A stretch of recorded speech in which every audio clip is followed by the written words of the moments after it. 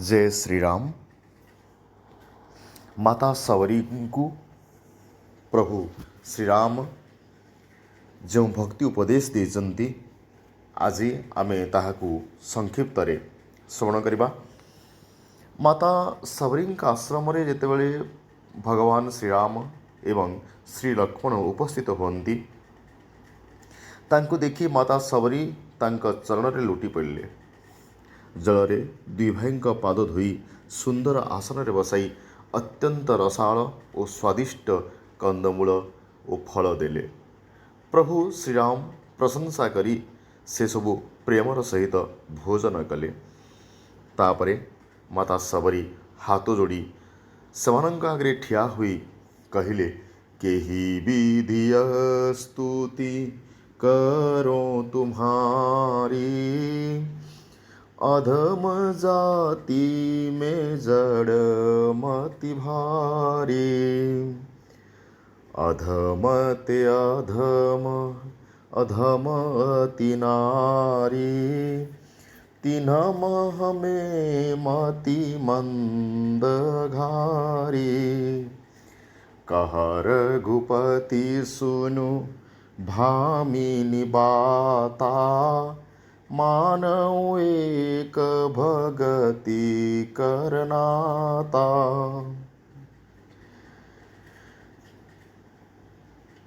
माता सबरी कहिले, हे प्रभु मु किपरि भावरे आपण को स्तुति करिवि। आपण तो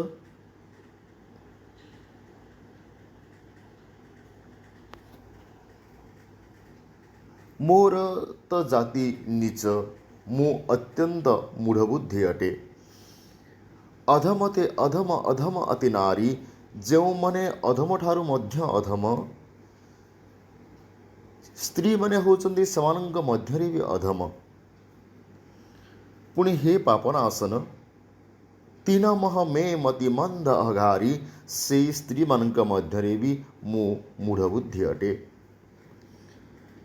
श्री रघुनाथ कहिले, कह रघुपति सुनु भामिनी बाता, मानव एक भगति करनाता। हे भामिनी मो कथा सुन, मु तो केवल एकमात्र भक्तिर संबंध को ही माने। जाति पाति कुल धर्म बढ़ाई, धन बल परिजन गुण चतुराई। भगतिहीन नर सोहई कैसा, बिनु जल बारिद देखिय जैसा।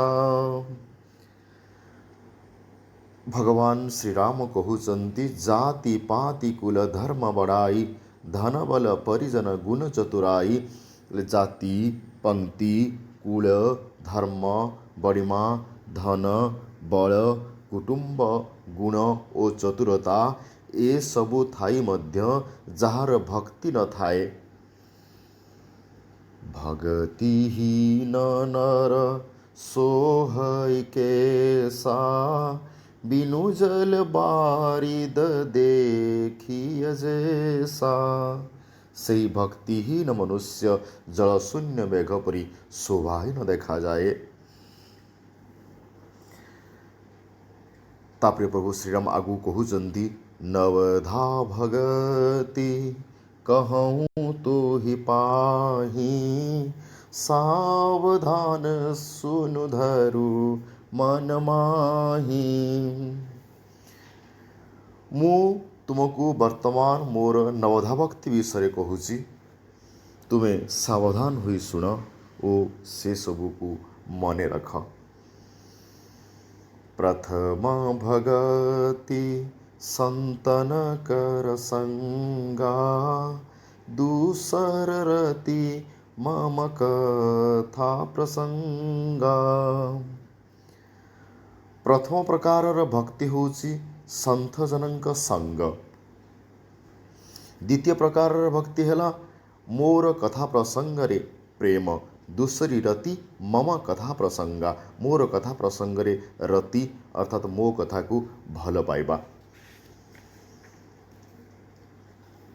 तापरे भगवान कहउचंती गुरुपद पंकज सेवा तीसरी भगति अमान चौथी भगति मम गुणगण करई कपट तजिगान।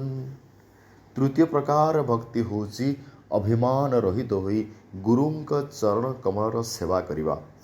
एवं चतुर्थ प्रकार भक्ति हैला कपट त्याग करी मोर गुणगान करिबा।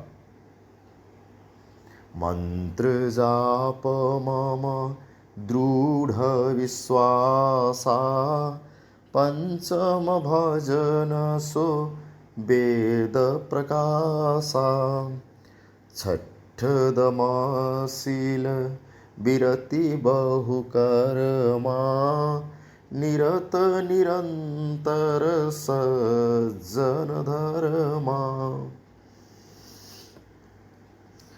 मंत्र जाप मम दृढ़ विश्वासा पंचम भजन सो वेद प्रकाशा। मोर मंत्र अर्थात राम नाम जप ओ मोठरे दृढ़ विश्वास यह होची पंचम प्रकार भक्ति।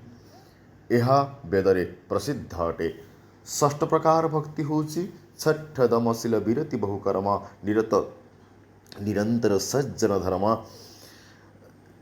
षष्ठ प्रकार भक्ति होची इंद्रिय निग्रह सत् स्वभाव बा सच्चरित्र बहु कर्मरु अर्थात नाना प्रकार कर्मरूपी जालरू विरत रहिबा एवं निरंतर संथ पुरुषोचित धर्माचरण रे आसक्ति रखिबा। तापर भगवान सप्तम प्रकार भक्ति कथा कहउचंती सात मम सम मोहि मय जग देखा मोते संत अधिक करिलेखा। आठ मजथा लाभ संतोषा सपने हु नहीं देखई परदोषा। सप्तम प्रकार भक्ति होची सातम सम मोहिमय जग देखा मोते संत अधिक कर लेखा। सप्तम प्रकार भक्ति होची समस्त जगतरे समभावरे मोते व्याप्त अर्थात समग्र जगत को राममय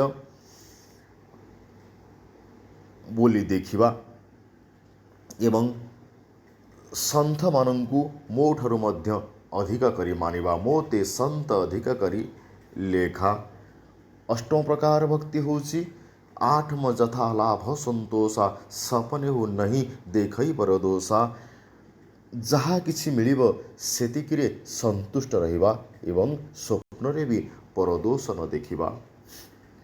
नवम सरल सब सन छलहीना माम भरोसहिय हरस नदीना। नवमा हूँ एक जिन्ह के होई नारी पुरुष सचराचर कोई। नवम प्रकार भक्ति होची नवम सरल सब सन छलहीना। नवम प्रकार भक्ति होची सरल हवा समस्तंक सहित निष्कपट व्यवहार करिबा। मम भरोस हि हरस नदीना मो उपरे संपूर्ण भरोसा रखिबा एवं जे कौनसी अवस्था भी हर्ष किंबा विषाद रे ग्रस्त न हेबा। तापर प्रभु श्रीराम नवधा भक्ति उपदेश दे सारिया परे कहउचंती नवमहु एक जिन्ह के होई नारी पुरुष सचराचर कोई। एही न प्रकार भक्ति मध्यरु जहाँ ठारे अंततः गोटे भी भक्ति रही से स्त्री होई थाउ कि पुरुष होई थाउ चर होई थाउ कि अचर होई थाउ हे भामिनी से मोर अत्यंत प्रिय। सोई अतिशय प्रिय भामिनी मोरे, सकल प्रकार भगति दृढ़ तोरे।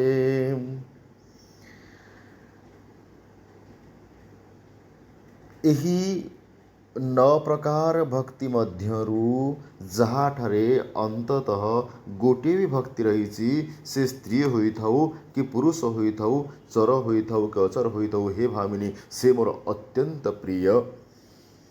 ଦେଖୁଛି ତୁମଠାରେ ତ ଏହି ସବୁପ୍ରକାର ଭକ୍ତି ପୂର୍ଣ୍ଣ ରୂପରେ ରହିଛି। ସକଳ ପ୍ରକାର ଭଗତି ଦୃଢ଼ ତୋରେ।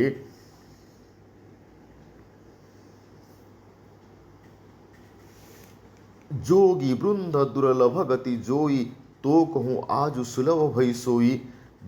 तेणु जो गति जोगी मान पक्षरे भी दुर्लभ, तुम पक्षरे आज ताहा सुलभ हो जाइसी।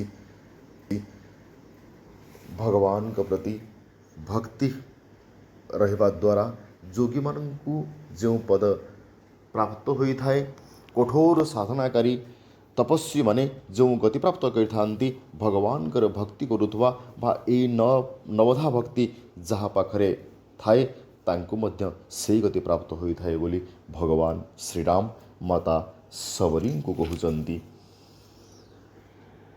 जय जगन्नाथ।